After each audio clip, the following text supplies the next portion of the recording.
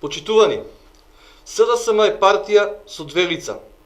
Првото е лажното лице кога се во опозиција, а второто е нивното вистинско лице кога се на власт. Денеска ќе се подсетиме што ветуваше нивниот лидер Зоран Заев во 2016 година, кога не бираше средства да се догреби до власта. Директно ја охрабруваме владата да направи интервентен откуп на овие 50 милиони килограми црно и бело грозје, кои што се останати во Тиквешкиот крај по цела Македонија да бидат откупени. Се работи за интервенција од не повеќе од 10 милиони евра. Ова е последна година во Република Македонија каде што ќе останат лозарите незаштитени. После декември државата директно ќе биде вклучена со интервентен откуп во организација на пласманот на земјоделското производство, така и на грозјето. Тоа значи дека 30 дена пред откупот ќе се знаат цените. Субвенциите ќе дојдат навремено и тоа во февруари, најдоцна март, кога им требат на лозарите. Државата ќе формира посебни агенции за грозје, за градинарски производи, за овоштарски производи, за житото, за тутунот, каде што директно ќе биде партнер и со земјоделските производители и со откупувачите. Ние во Македонија имаме нешто што е наша предност и наша вредност, а тоа е работливиот народ и ова земјоделско производство.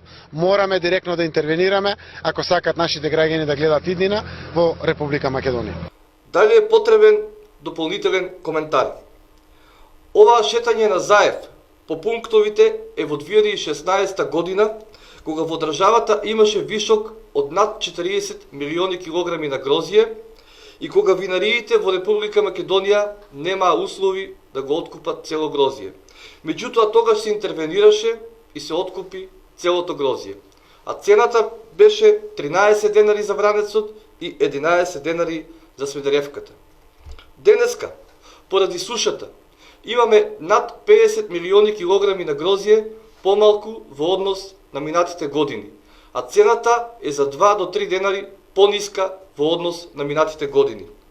Почитувани граѓани, каде се тие агенции за интервентен откуп кои ги ветуваше Зоран Заев пред да дојде на власт?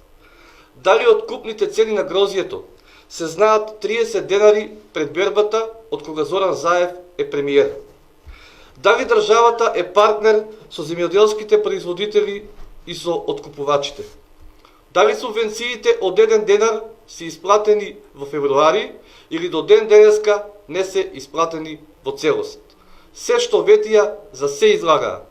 Оваа влада не само што нема концепт за работа, туку и целосно ги подценува лозарите.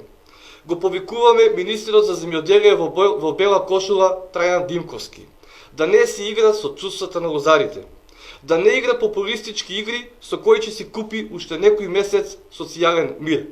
Состојбата во државата со лозарството е премногу сериозна. Постои опасност лозарството целосно да се уништи.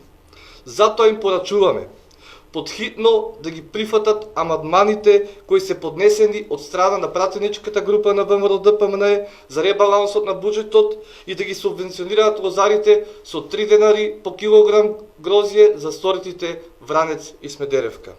На крај, на локалното раководство на СДСМ во Кавадарци да им порачам: не бранете нешто што не се брани.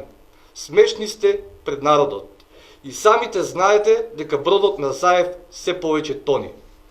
На Република Македонија ќе се случи обнова, а таа обнова многу наскоро ќе ја направи идната влада на ВМРО-ДПМН со идниот премиер професор доктор Христијан Мицковски.